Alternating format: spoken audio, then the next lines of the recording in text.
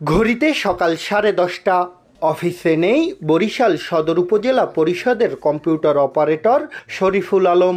সাংবাদিকের ফোন তড়িঘড়ি এসে হাজির। অভিযোগ আছে তার বড় ভাই শহীদুল আলম বরিশালে জেলা প্রশাসক থাকার সুবাদে 2013 সালে চাকরি বাগিয়ে নেন তিনি। যশোরের বাসিন্দা কিভাবে বরিশালে নিয়োগ পেল তা নিয়েও রয়েছে প্রশ্ন। তবে অভিযোগ মানতে নারাজ শরীফুল। এখানে আমার নিয়োগ 2013 সালে এবং বাংলাদেশের নাগরিক হিসাবে নিয়োগ বিজ্ঞপ্তিতে বাংলাদেশের নাগরিক হিসাবে আবেদন করতে পারবে সেই সুবাদে আমি এখানে নাগরিক হিসাবে আবেদন করছি এবং আমার বড় ভাই এই বিষয়ে কোনো হস্তক্ষেপ করে নাই। অভিযোগ আছে শহীদুল জেলা প্রশাসক পদের প্রভাবে নিজের আরেক ভাই মাহবুব আলমকে চাকরি দিয়েছেন বরিশাল বিশ্ববিদ্যালয়ে।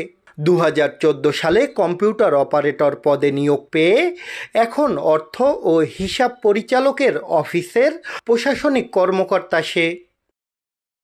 দেশ টিভির ক্যামেরার সামনে শুরুতে কথা বলতে রাজি না হলেও পরে সাফাই গান নিজের পক্ষে। জেলা প্রশাসক থাকায় তার এই বিশ্ববিদ্যালয়ের কোনো সদস্যই না আসে, আর সে থাকাকালীন আমার চাকরিটা স্থায়ী হয়নি। কম্পিউটার অপারেটর হিসাবে আমি চাকরি পেয়েছি, তারপরে প্রমোশন পেয়েছি। দীর্ঘ 8 বছর পরে 10 বছর পরে প্রমোশন পেয়েছি, আমাদের নিজেদের যোগ্যতায় পেয়েছি। এটা কোনো প্রভাব খাটানো বা এখানে কোনো সুযোগ নাই, কারণ সে জেলা প্রশাসক একটা বিশ্ববিদ্যালয়ের কোনো কিছুই এই পরিষদেরই না। আর হচ্ছে সে চলে যাওয়ার অনেক পরে আমি চাকরিটা স্থায়ী হয়েছে, 3 বছর পরে।